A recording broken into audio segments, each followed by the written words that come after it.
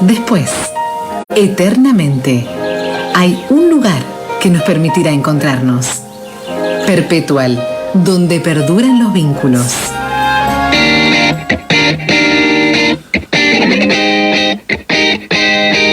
Vamos en busca de la próxima entrevista en la mañana de Así Son las Cosas, anticipándonos a la visita de un prestigioso intelectual que vendrá a Río Cuarto en los próximos días, invitado por el Partido Socialista de la provincia de Córdoba, que ha convocado para una charla que se va a concretar el día sábado.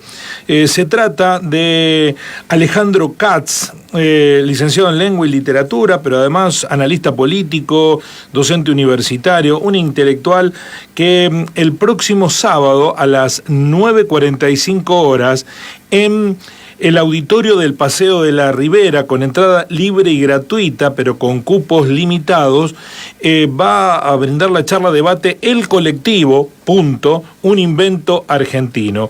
Con Florencia Garza, Guillermo Jeremía los saluda desde el programa Así Son las Cosas de Río Cuarto. Bienvenido a nuestro programa, Alejandro. Un gusto contar con sus reflexiones en Así Son las Cosas. ¿Cómo le va? Hola, buen día. Al contrario, un gusto para mí y muchísimas gracias por llamarme. Bueno, ¿es la primera vez que viene a Río Cuarto o ya he estado en otras oportunidades? Hace muchos años estuve, ahora hace muchos años que falto y estoy muy contento de volver.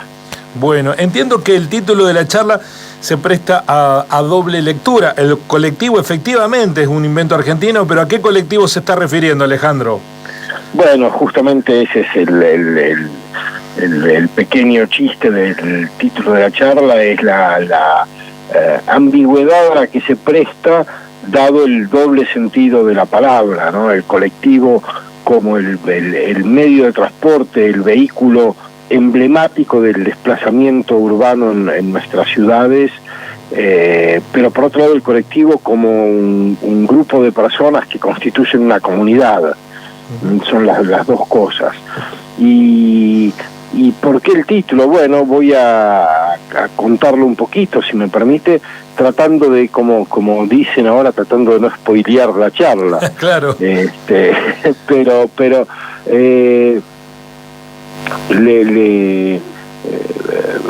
voy a contar una anécdota que también contaré el sábado, pero que me permite rápidamente introducir el tema. Hace muchos años yo tomaba en una zona bastante céntrica de la ciudad de Buenos Aires y en un horario de un día de semana que no era hora pico, pero era una hora de actividad intensa, una hora vespertina de actividad intensa, tomaba un colectivo en una avenida importante y el colectivo venía vacío. Eso llamaba la atención porque era que el colectivo viniera vacío en pleno centro, un día de semana por la tarde, etcétera. Me senté en la primera fila de asientos y me puse a conversar con el chofer. Y le hice algunas preguntas sobre algo que podría haber indagado sin subir al colectivo, pero que la pregunta que aparece en la situación, ¿no? Acerca del modo en el que estaban otorgados los subsidios que el gobierno nacional sigue dando al transporte público, sobre todo en la zona metropolitana de la ciudad de Buenos Aires, en Buenos Aires y Gran Buenos Aires, ¿no? Porque no es en todo el país, y eso lo sabemos bien. Yo pensaba que el colectivo el subsidio era un complemento al costo de trasladar un pasajero al que no se le cobra todo el boleto. Es decir, si el costo para la compañía, más la ganancia que espera obtener, es de 100 pesos por pasajero, el colectivo cobra 20 y el Estado complementa los 80 que faltan. Todo eso era muy discutible, pero pensé que esta era la dinámica, y el colectivo me explicó que no, que el Estado Nacional subsidiaba cada vuelta que el colectivo daba, es decir, cada trayecto completo entre que salía de la terminal y regresaba a la terminal. Y esto era muy extraño porque, claro, uno dice, ¿cuál es el propósito del subsidio? El propósito del subsidio es que la gente de bajos ingresos pueda trasladarse a un trabajo o a una changa, porque son trabajadores informales, o a llevar un chico al hospital o a la escuela, o eventualmente a ver a un familiar o a algún sitio de recreación, y pueda hacerlo pagando un boleto que si no se le haría muy laborioso pagar. Este principio, que no es un principio objetable ni mucho menos, ya estaba desvirtuado cuando también a mí, como a muchos otros, que podrían perfectamente pagar el costo de un boleto de colectivo por lo que vale, también lo subsidiaba. Es decir, había un problema en el diseño, pero si además lo que el Estado pagaba no era lo que costaba trasladar a un pasajero que no pagaba la totalidad, sino el hecho de que el colectivo diera vueltas por la ciudad, ya esto era una enormidad, era un absurdo. ¿Por qué se pagaba para que el colectivo diera vueltas? Y eso explicaba también que hubiera muchos colectivos. Las empresas de colectivos compraban colectivos para ponerlos a dar vuelta, porque es como si ustedes cobraran simplemente por estar al aire, no por tener audiencia, no por tener anunciantes, no por tener algo interesante que decir, sino que el Estado le paga a todos los programas de radio que están al aire por la cantidad de horas que están al aire, sin ningún razonamiento vinculado con el servicio público, con la utilidad, con la racionalidad de ese pago, etcétera. Me dije, ¿qué gobierno va a desarmar esto? Porque claro, ahí están los intereses de los empresarios de los colectivos, que están muy felices, porque claro, ¿qué empresario imagina un mundo mejor en el que le pagan por hacer algo, sirva o no sirva, y tenga clientes o no tenga clientes? Los choferes están muy contentos porque la estructura de ingresos del chofer tenía una parte de salario fijo, pero una parte muy importante de complementos vinculados con las horas extras. Entonces, más vueltas daba, más cobraba y aumentaba su salario de un modo muy, muy relevante. Los sindicatos, porque claro, más colectivos son más choferes dando vuelta, más choferes dando vuelta durante más tiempo, más ingresos, y lo que cobra el sindicato por afiliado y por lo que los afiliados cobran, aumenta poder para el sindicalista. Dije, qué complicado, porque también están satisfechos los pasajeros, que pagan muy poco, tienen servicios muy frecuentes y además vacíos. Entonces, salen a la calle, levantan la mano, se ven un colectivo que es casi un taxi. Dije, es un sistema perverso. Pero después, con los días, empecé a agregarle información a esto. Dije, bueno, también está el que vende los neumáticos, porque hay más colectivos, se venden más neumáticos, pero además como dan vueltas todo el día, los neumáticos se gastan más rápido y los cambian más rápido, y el que vende el gasoil, y el que fabrica la chapa para hacer las carrocerías. Dije, es un mundo, el mecánico, el del aceite del motor, el de los asientos y los tapizados, es un mundo de gente que no quiere que esto se desarme. Y el ama de casa que a su empleada doméstica que vive en las afueras de la ciudad no le tiene que pagar el costo del transporte para que venga a trabajar, también está contenta, porque si la empleada doméstica que vive a 30 kilómetros o 40 tuviera que pagar lo que cuesta ese transporte, eso sería un costo para el empleador, ¿no? Y el empresario que tiene 100 personas trabajando también está feliz.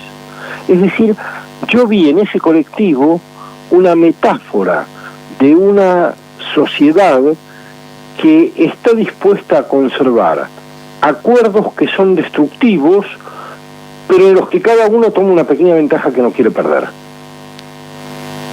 Y me dije, este es el colectivo argentino, esto es lo que hemos inventado los argentinos. Una sociedad en la que todos tomamos pequeñas ventajas a cambio de destruir lo común. Mi reflexión el sábado empieza con esto y avanza a partir de ahí. Pero no sigo porque si no me van a decir que no viaje. No.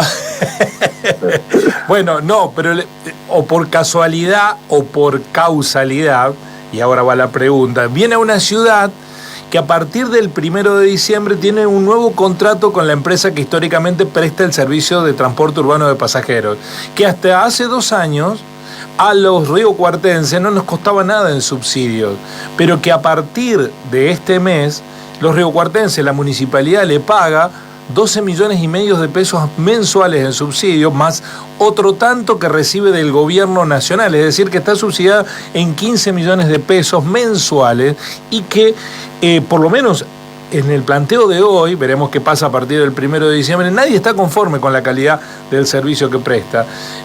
Viene a una ciudad donde tiene a este debate en plena actualidad. Insisto, puede que... En verdad es casualidad, me acabo de enterar de eso y espero... mi reflexión no pretendía incidir en un debate particular, sino ser la base de un análisis de una dinámica colectiva, y ahora la otra idea del colectivo, de una dinámica colectiva en la que estamos implicados de muchas maneras, pero bueno, tampoco voy a rehuir la coincidencia como algo que le agrega densidad a la reflexión, porque uno se pregunta, mire, yo no estoy en contra de que el Estado colabore con los más necesitados, ni mucho menos. Yo creo que las ciudades tienen que ser lo más igualitarias posibles, lo más justas posibles. Sí, la gente... Perdón, Alejandro, que lo interrumpa. Es que este debate lo tuvimos, la cuestión de subsidiar la oferta o la demanda, darle la plata que necesita. El tema es la oferta o la demanda. ¿Por qué subsidiamos la oferta? Uh-huh. ¿Por qué subsidiamos la oferta de energía eléctrica en la ciudad de Buenos Aires para que la gente deje, como oí el otro día en la radio, la gente deja el aire acondicionado, la calefacción prendida todo el día, así cuando llega a la casa a la noche está a la temperatura a la que no quiere? Bueno, porque subsidiamos la oferta. ¿Y por qué cree que subsidiamos la oferta entonces? Desde la dirigencia política, ¿cómo lo ve? Bueno, creo que voy a volver a lo anterior. Creo que hay varias razones. Ningún fenómeno social tan complejo como aquellos que dificultan nuestro desarrollo colectivo, el desarrollo de nuestra sociedad, ningún fenómeno social tan complejo admite una sola explicación.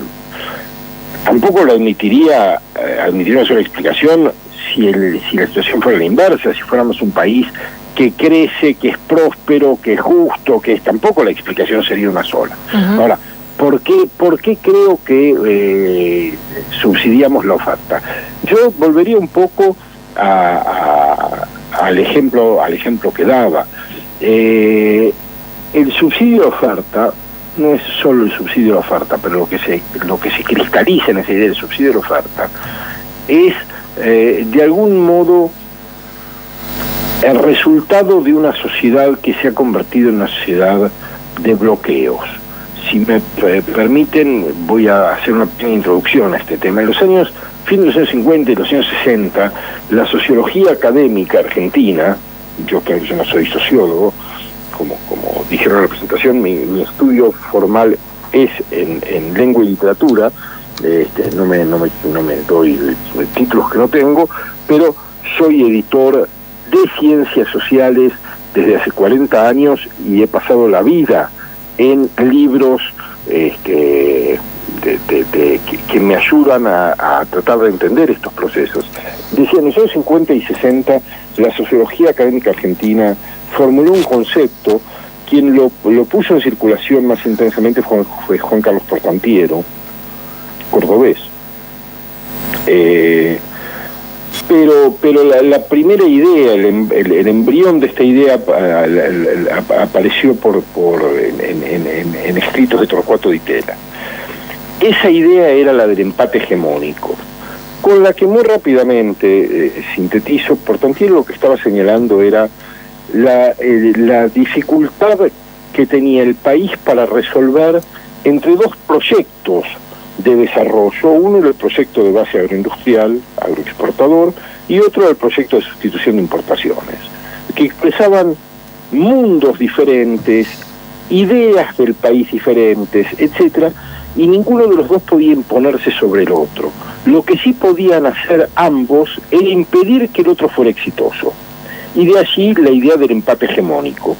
Dos bloques que pretendían ser hegemónicos en la sociedad, cada uno de ellos, y que en lugar de encontrar un modo armónico de coexistir, de hacer coexistir los intereses de unos y de otros, como eso no parecía posible, bloqueaban que el otro avanzara, porque si avanzaba era a expensas del bloque perdedor. Esa idea fue una idea muy importante y ayudó a entender la dinámica socioeconómica e incluso política del país durante mucho tiempo, y hoy claramente no es una idea adecuada en la medida en que lo que tenemos no es el enfrentamiento entre dos modelos alternativos, aunque algunos creen que sí, no es así, pero lo que sí tenemos es una dinámica de pequeños bloqueos, de microbloqueos y de bloqueos medianos, no los dos grandes bloqueos de dos grandes proyectos y dos grandes grupos, pero los bloqueos que cada grupo de interés puede ejercer para evitar reformas que lo afectan. Pero esas reformas podrían ser contributivas si estuvieran bien diseñadas para que saliéramos de una situación que hace que el ingreso per cápita de los argentinos y de las argentinas hoy en día sea el mismo que hace 50 años, cosa que no ha pasado en casi ningún país del mundo. Entonces, la imagen del colectivo nuevamente explica la dinámica, no explica por qué la dinámica se produce, pero sí lo difícil que es desarmarla.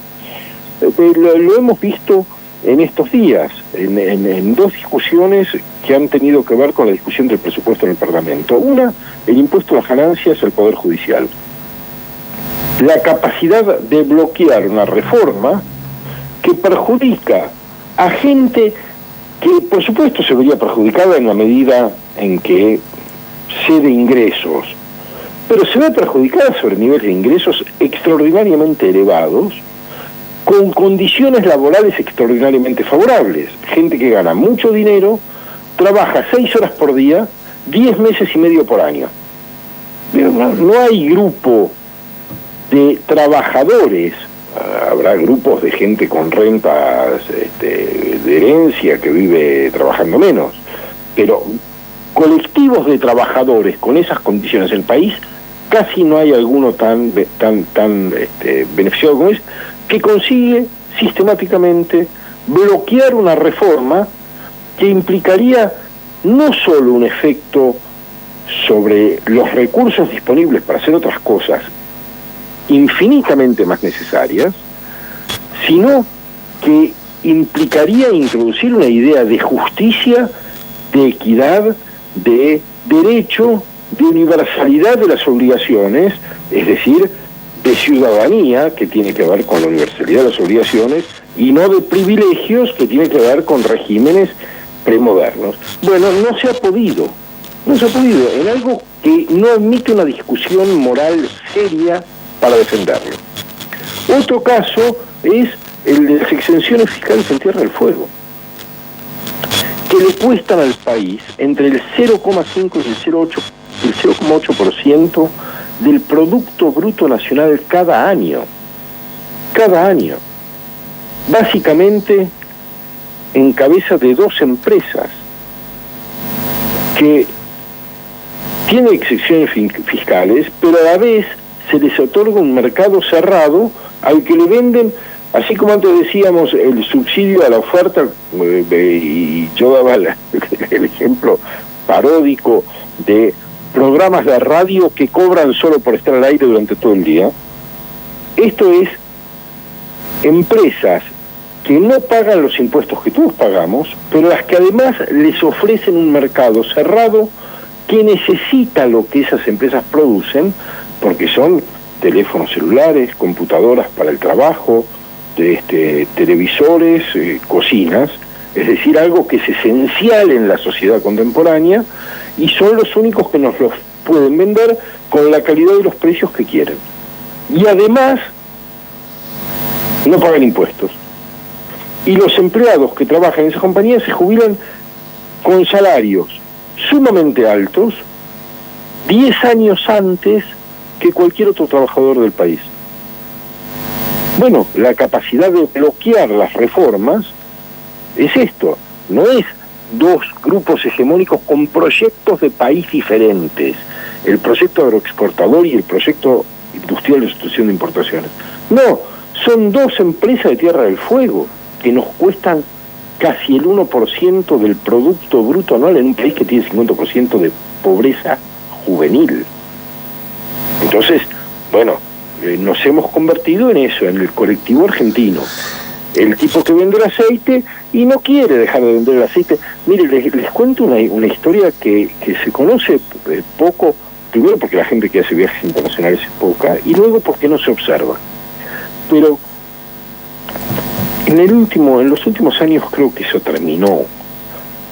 Pero las razones por las que terminó deben ser razones como que se murió el dueño de la empresa, algo así, no porque alguien decidió terminar con esa situación. Pero cuando uno llegaba a Buenos Aires en un vuelo internacional, antes de aterrizar en Ezeiza, supongo que un vuelo que llegaba a cualquier aeropuerto internacional de Argentina, desde el exterior hacía lo mismo, la tripulación advertía al pasaje que tendrían que hacer, por orden de las autoridades, una desinfección de la cabina y pasaban las aeromosas, o los aeromosos, el personal de cabina, con unos aerosoles tirando unos gases a la cabina hacia el aire, ¿no? Tiraban un gas al aire. Decían, no se preocupen, esto es inocuo, no le hace mal a la gente, y tiraban gas al aire para desinfectar el avión. Yo me dije muchas veces, esto es absurdo. Quiero decir, uno baja en Nueva York, en Madrid, en Frankfurt, en San Pablo, en Chile, Santiago, donde los controles para evitar el ingreso de contaminantes para la producción agraria son estrictísimos. Uno no puede entrar con un tomate a Chile porque se lo quitan en la frontera. Nadie, en ninguno de esos lugares, nadie desinfecta las cabinas. Cuando llega el avión a Argentina, desinfectamos la cabina. Le pregunté un día a una tripulante de una compañía internacional, le digo, señor, disculpe, usted debe viajar a muchos destinos del mundo. En otros destinos se hace lo mismo, porque yo conozco destinos europeos, latinoamericanos, norteamericanos, eventualmente un poco más lejos, pero no viajo habitualmente por Asia. Me dijo, no, hay 3 aeropuertos del mundo en los que se hace esto, Le pedí el aerosol. Era una empresa del Gran Buenos Aires, un cerrero del Gran Buenos Aires. Algún tipo, con un amigo en la autoridad aeroportuaria, algún día se consiguió un decreto, un reglamento que obligaba a eso, y todos los aviones que llegaron a Argentina durante años le compraban aire envasado. Aire envasado durante años. Miles y miles y miles y miles de aerosoles que pagábamos nosotros, porque la compañía lo ponía en el precio del boleto, pasaje. claro. Y lo pagábamos, y alguien se hizo millonario vendiendo aire envasado. Ahora, ¿cómo pasan estas cosas? ¿Cómo pasa todo esto? Si no terminamos de otorgar privilegios para que un señor que tiene un motor diésel, una carrocería mal hecha y 4 neumáticos que fabrica un solo señor en el país, tenga el derecho de cobrarnos a todos para dar vueltas con su aparato, si no terminamos con eso, y con todos los que participan del negocio de ese señor, el que lo maneja, el que le vende la chapa, el que le vende los neumáticos, etcétera, y el pasajero que no paga el boleto, si no terminamos con eso, bueno, lo que tenemos es el colectivo argentino. Somos un colectivo muy imperfecto como sociedad. Nos da vergüenza hacer preguntas, Alejandro. Es tan interesante escucharlos. Estamos abusando de su tiempo.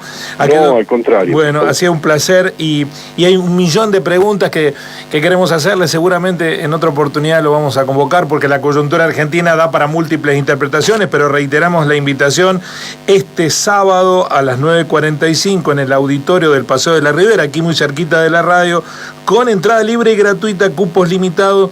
Diserta el intelectual argentino Alejandro Katz, el colectivo Un Invento Argentino. Ha sido un placer escucharlo, Alejandro. Gracias por su tiempo. Al contrario. Gracias a ustedes por llamarme, que tengan muy buen día. Buen día.